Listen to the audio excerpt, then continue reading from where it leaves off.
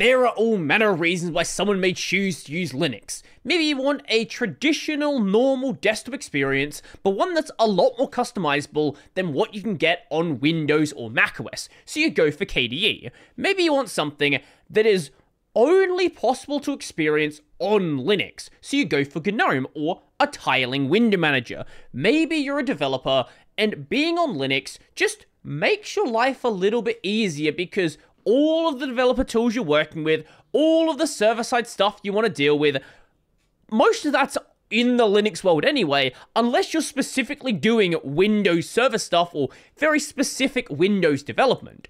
Maybe the reason is political. Maybe you agree with the philosophies laid out by the free software movement, maybe from a socialist or a libertarian perspective. I'm not going to argue with you about which one is the correct interpretation. Feel free to argue in the comments, it's great for my metrics. Or it may simply be the monetary reason. Free software doesn't mean free as in beer, but a lot of the software is also free as in beer. But whatever the reason that you choose to use Linux, I guarantee that you probably have not cooked as much as this author. Linux asceticism.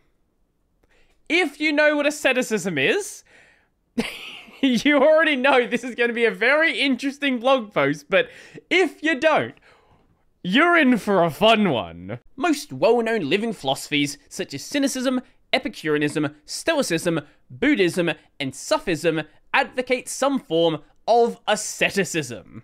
So, this is the Wikipedia page for asceticism. Asceticism is a lifestyle characterized by abstinence from worldly pleasures, often for the purpose of pursuing spiritual goals. Ascetics may withdraw from the world for their practices or continue to be part of their society, but typically adopt a frugal lifestyle characterized by the renunciation of material possessions and physical pleasures, and also spend time fasting while concentrating on the practice of religion, prayer, and or meditation. Some individuals have also attempted an ascetic lifestyle to free themselves from addictions to things such as alcohol, tobacco, drugs, entertainment, sex, food, etc. But regardless of the specific way these practices are pursued, the main goal remains the same: strengthening your body and mind to make yourself indifferent to and indifferent from the things that are outside your control. That is to say, turn yourself into someone who can handle hardships with as few possessions as possible. Now, you're probably rightfully saying right now, what does this have to do with Linux? What exactly? Don't worry, you were not alone when I first read through this. We'll get to it. Next, he goes into how most people normally think about using Linux. You know, the stuff we went over before. The monetary, political, technical reasons, all that fun stuff. Let's go to the next sentence. However, there's another often overlooked aspect that can make using a minimal Linux distribution worthwhile. Using a minimal Linux distro on your personal computer is a form of ascesis, I think is how you say that? Ascesis. Ascesis. Ascesis. Ascesis. Okay, I was completely wrong. The adjective ascetic derives from the ancient Greek term ascesis, which means training or exercise. The original usage did not refer to self-denial, but to physical training required for athletic events. Its usage later extended to rigorous practices used in many major religious traditions in varying degrees, to attain redemption and higher spirituality. At first, it will probably feel uncomfortable and overwhelming. You will face many problems that you'll need to solve, but you'll also come to realize and understand better that many of the features that you take for granted in an operating system with a pre-configured desktop environment are actually separate components that need to exist on your system for you to have that functionality. Now, I had never really considered my journey on Linux from this perspective, but I guess if you want to interpret it through that lens, it kind of has sort of implicitly followed this sort of model. When I first started using Linux, I didn't use a desktop environment or like a nice pre-configured distro like a Fedora or an Ubuntu or Pop! OS or Manjaro or anything like that.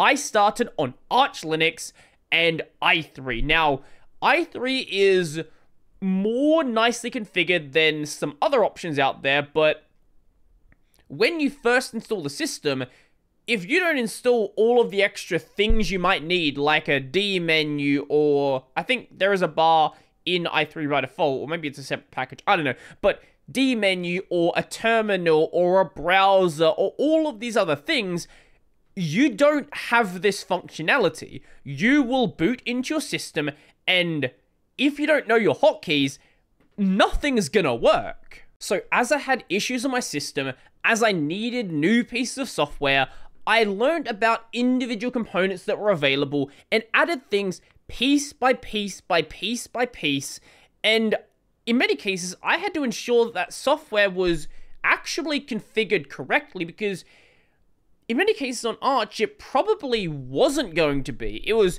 going to have a config, but it was probably going to be the default config of the application. So if they don't have a really nice configuration, you just get fairly limited functionality. Like the i3 config you get, I believe, is just the upstream default. So you need to go and mess with that to actually get a lot of the functionality that something like Fedora i3, I think that's the thing that exists, or Fedora Sway is actually going to have. Then from i3, I moved over to BSPWM, which is a lot simpler than i3.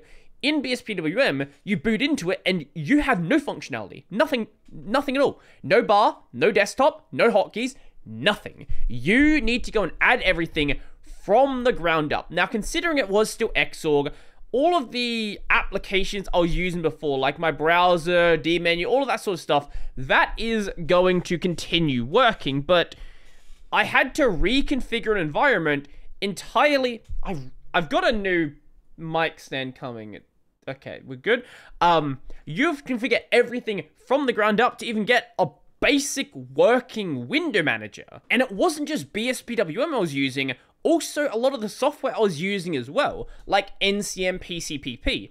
A lot of the functionality in that application is hidden behind configuration and making it work in a way that makes sense, hidden behind configuration. For a long time, I was doing all of my text editing and a lot of my programming in Vim and then NeoVim.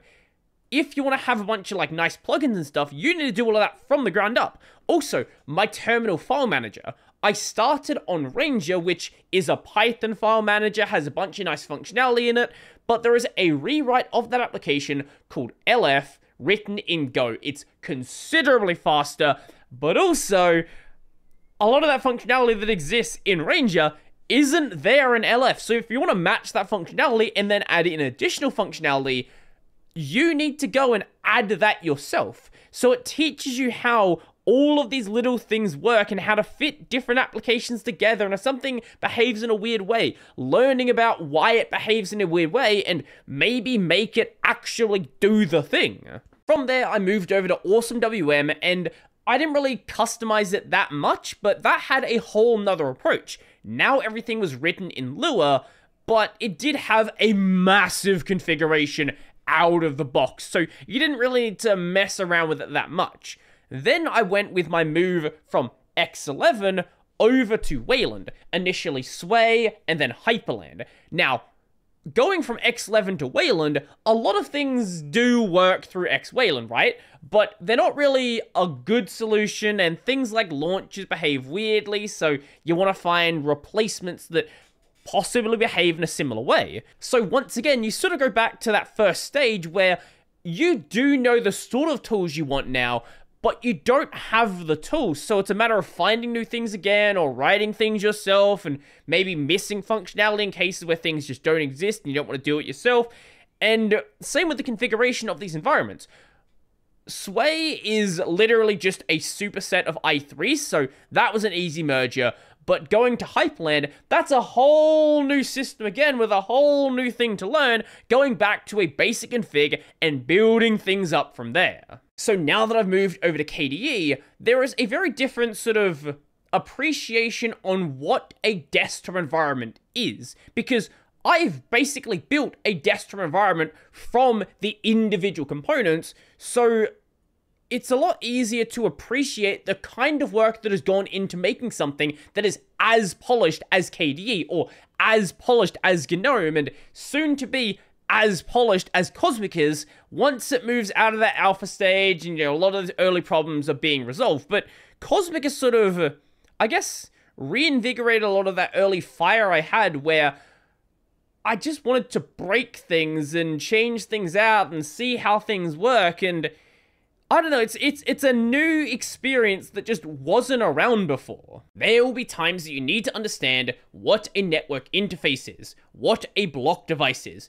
what mounting is, how keyboard mappings are handled differently on the virtual console or in the desktop environment / window manager, and so on. A lot of these things you will come across going through things like the Arch Linux or the Gentoo installer experience, not all of it, granted, but there's a bunch of other things which, going through something like the Ubuntu installer, you're just never going to even have to think about. Like, you never have to think about in Ubuntu how your partitions are laid out or what file system you're going to use. Now, you can think about that, but you can also just go next, next, next, next, which is a nice thing to have, but understanding how your system fits together, I think, has a lot of value.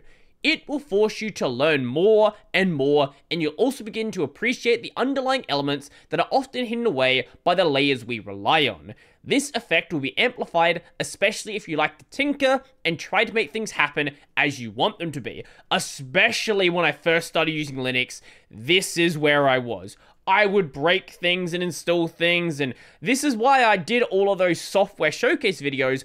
I was looking for software that I might want to use, and that's how I found a lot of the things that I rely on now. But at this stage, I'm relatively happy with the setup I have. Again, as I mentioned, I do probably plan to switch to Cosmic when that is, like, outside of alpha and not crashing and doing weird things and the desktop icons aren't flickering and other little things like that, but that's where we'll go next, and I'm sure that system is going to have a bunch of fun things I can tinker with as well, especially because there's just not going to be that many plugins for it available, at least early on, so I can be on that ground floor and sort of develop those plugins myself if I need them, or find early ones that start to exist and promote those and other things like that, as opposed to like a GNOME or a KDE, where some of these plugins have been around for like 10 plus years. In the end, you'll gain a deeper understanding of what happens under the hood. Your comfort zone will broaden as you develop the mindset of solving problems. I know that this kind of reasoning is not as forceful as the pragmatic or ideological reasons for some people, but it is still a good bonus that further motivated me to learn more and more about Linux. I know for me, it certainly did as well. I know some people out there, a lot of people, frankly, use their Linux system as a tool. Or maybe not as a tool, but maybe as like a hobby device, right? Like, there's a lot of people out there that use Linux because they are developers, or they develop and they play games, or other little things like that, and they don't really care to get into like the deep nitty-gritty parts about like how a Linux system all fits together, and that's totally fair as well, right? Most people aren't gonna go and do something like LFS. I could do LFS, and I have partially done LFS on stream before I was driving myself insane and gave up on the project, but even I don't go that far to look at how each individual thing pieces together. There is a time and a place to think about your system and think about how it goes together. And if you're literally on the clock, you're being paid to work a job and you need to actually like do your job, maybe that's not the right time to try to do things in the most minimal way possible, in the slowest way possible, to know how things fit together. But if you're someone who is just interested in Linux and want to know how a system fits together, well, I think it's a much better approach to go with something that doesn't do everything for you. You absolutely can go in the other direction. You can start with a Fedora or an Ubuntu or a Pop! OS and then sort of pull the system apart and understand what are in those individual layers there. Like, that's entirely possible, but it's a lot harder to do unless you already know what those layers are, because you can't really remove them unless you know they are there. Whereas starting from the ground up and adding in the layers yourself, you know what you've added to your system. For the last few years, I've mainly been using Arch Linux, by the way, as my choice of personal OS. And for the past few months, I've been using NixOS. Although I've not used / tried macOS yet, I guess that if I tried it, most of the skills that I acquired through using Linux would carry over to it, and I would not have much problems getting adapted to it. Oh my god, I really cannot wait for this mic stand to show up. Jesus Christ. This thing is awful. I think I might have another one that I can, like, temporarily use. I might have to go and track that thing down. This is awful. This is what you get for buying the $20 Amazon Basics mic stand and then using it for 4 years. I've not used NixOS myself, but I have had many people ask me to use NixOS. I've said I was going to do a NixOS video many times. I'll probably end up doing so on stream or maybe on one of the Chromebooks when I eventually get around to doing something with the Chromebooks. It will happen, don't worry about that. I've just been lazy. That's pretty much... I've had other projects I wanted to do with them. I just haven't gotten around to doing those. So I haven't done the main thing I wanted to do with them, which is like the Chromebook hacking and installing links on them and all that fun stuff. Now, the macOS of today is a Unix system if you want it to be a Unix system. You can be like, you know, there's people that hang around coffee shops using their MacBooks and all of that stuff who never even acknowledge the fact that they are using a Unix system. They don't even know what a Unix system is. It does a really good job at hiding the fact that it is a Unix system if you don't want to see it.